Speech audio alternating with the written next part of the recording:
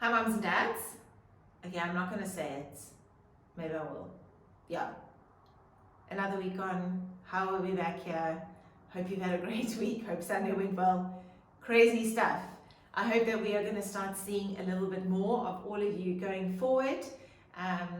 But can I just encourage you to continue to go strong with your Sunday school lessons. Keep teaching your children. Keep taking this opportunity on a Sunday morning to enjoy God's word together. So just a few notes. We're starting 1 Samuel now. Cannot believe that we have made our way through so many books of the Bible. I had absolutely no idea that we would be doing this from our homes this year, but what a joy and privilege it is to be able to have this time during lockdown as a family to spend time in God's word together. And I hope that you as parents have realized how much you've learned as we have gone through this time in lockdown teaching our children Sunday school. So this week we're going to look at 1 Samuel chapter 1, and I want you to just have a look as you read through the passage, how God answers Hannah's prayer. So just a few notes on the passage, and before we get into the verses, just what you need to bear in mind. Samuel's birth occurs at a very critical point in Israel's history. The book of 1 Samuel comes after, so Joshua, Judges, Ruth, and then we go into 1 Samuel. And Judges chapter 21, verse 25 is actually a very important verse for us to know in the Bible, because it's referred to a lot throughout the Bible, because it is a time in Israel's history where we are told that everyone did as they saw fit. So there was no king, but God raised up judges to rescue and to rule his people. At this point, there was very little central leadership, and the word of the Lord was rare. Look at 1 Samuel chapter 3, verse 1.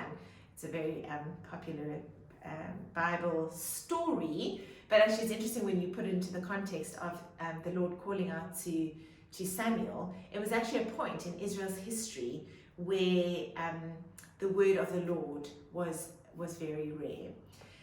So there were, however, still a few faithful Israelites who did seek the Lord and worship him.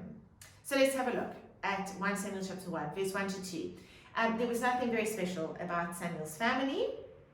Culturally, it was not unusual for a man to have more than one wife, but it was certainly not God's plan for marriage. In the Old Testament, barrenness was a sign, it was believed to be a sign of disgrace, or that God had withheld his blessings. So it was a pretty big deal. It had a bigger impact than what it does today, if a person can't fall pregnant. Then in verse 3 to 8, Shiloh was the central place of worship, so the Israelites would have traveled there in order to sacrifice to the Lord.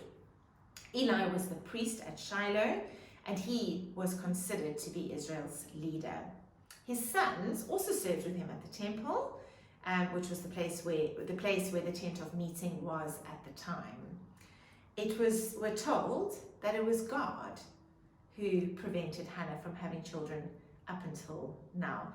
And the reason for this becomes clearer as the story unfolds. Then in verse 9 to 16, Peninnah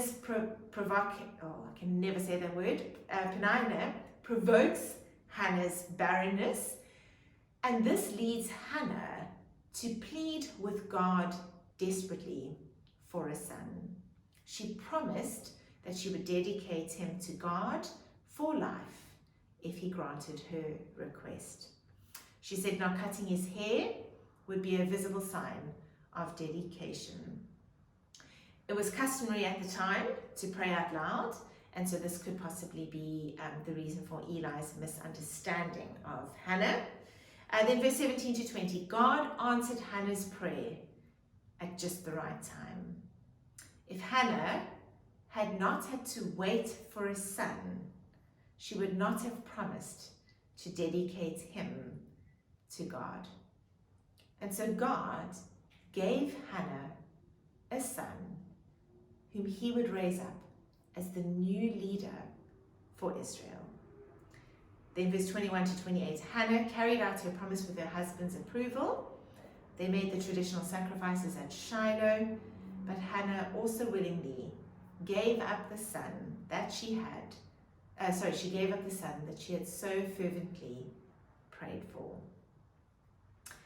I wonder if you can think of a time when God seemed to be taking a very long time to answer your prayers.